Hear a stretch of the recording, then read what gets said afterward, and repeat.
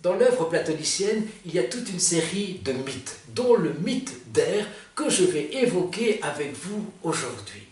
Air, c'est une personne, c'est un personnage, c'est un pamphylien, c'est-à-dire qu'il est né en Pamphylie, une région côtière du sud de l'Asie mineure. Et Air, c'est un soldat, c'est un combattant, et il va mourir malheureusement au cours d'un combat, au cours d'une bataille. On va retrouver son corps une dizaine de jours plus tard et son cadavre est tout à fait intact. Et Air se remet à vivre et va pouvoir nous parler de ce qu'il a vécu par-delà la mort précisément. Contrairement au Lazare des évangiles qui se tait, qui ne dit rien après sa résurrection, après son séjour chez les morts, Air, au contraire, va nous parler. Que connaît-on par-delà la mort? L'enfer? Non, pas vraiment, dit Air, mais un lieu, un espace entre le ciel d'une part et la terre d'autre part. Un lieu où les âmes ont purgé toutes leurs fautes et après avoir purgé toutes leurs fautes, peuvent choisir la vie qu'elles vont avoir par la suite. Entre deux incarnations, elles peuvent effectivement choisir la vie qu'elles auront.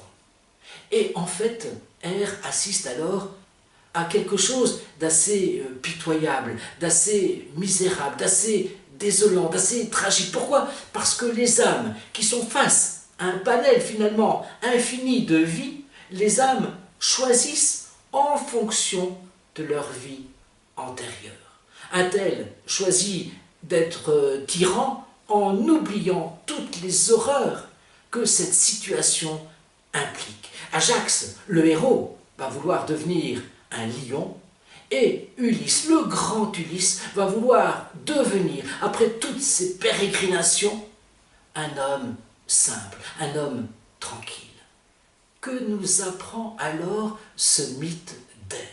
Ce mythe d'Air nous dit que nous sommes responsables de notre démon intérieur, de notre caractère. Et finalement, nous sommes responsables de notre vie. C'est le libre arbitre. Et ça, c'est tout à fait original pour les Grecs de l'époque.